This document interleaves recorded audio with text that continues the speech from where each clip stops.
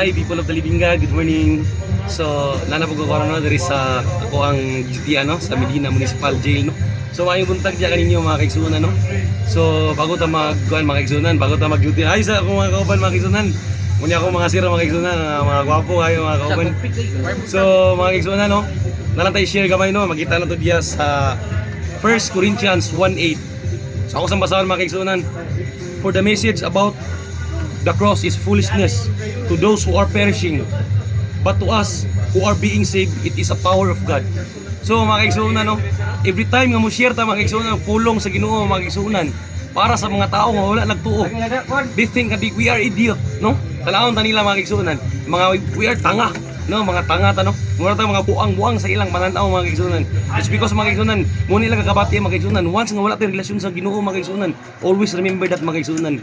Talawon ta nila mga kaigsunan nga bahala na og muratag buang-buang silang pananaw diya nga murag istorya sa tungod galingon mga kaigsunan. It's because mga kaigsunan dili nato na nila ma-express atong kagalingon sa ilang mga kaigsunan. It's because labi na katong mga tao mga kaigsunan nga until na nakabilin pagyapon sa dili mga maayong buhat no.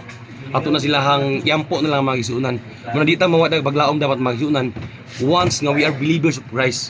Because for us mga kaigsunan sa katong mga nagtuo sa Ginoo mga kaigsunan, when judge sacrificed to that cross of Calvary. So, for us mga kaigsunan, we are being saved. No? We are saved to those who are believers of Christ. So always remember that mga kaigsunan. Dita mawadag baglaom mga kaigsunan nga always continue sa atong journey sa atong pagpanginabuhi mga kaigsunan. Always and remember that mga kaigsunan. May nampuon lang ta sa ato ang kinabuhi mga kaigsunan o magbuhat sa atong kaayo mga kaigsunan. So always remember mga kaigsunan nga for the message about the cross is foolishness to those who are perishing. So yung mga tao mga kaigsunan nga padulong sa kadautan no, mapapahamak mo to mga tao nga mapapahamak. Lamin na ito mga tao nga pagtanaw nila sa imo nga ga-share ka. Ang ilang tanaw na sa imo ora kag kalok-kalok no. Munang pasagdilan na sila magigsuunan. We are here to serve God. No?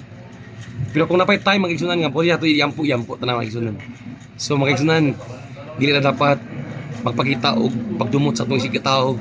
Bisan pagkana nga tao is dili siya katuog Ginoo. No? Always remember that magigsuunan. So magigsuunan always ato hinumduman nga ang pagpakamatay ni Jesucristo mahinungdanon sa mga tao nga nagtuo sa ato ang labaw nga makagaw. So magigsunan good morning o amping ampo og dili na to kalimtan nga simbahon na to ang labaw nga makagaw. Magigsunan God bless, good morning amping tanan.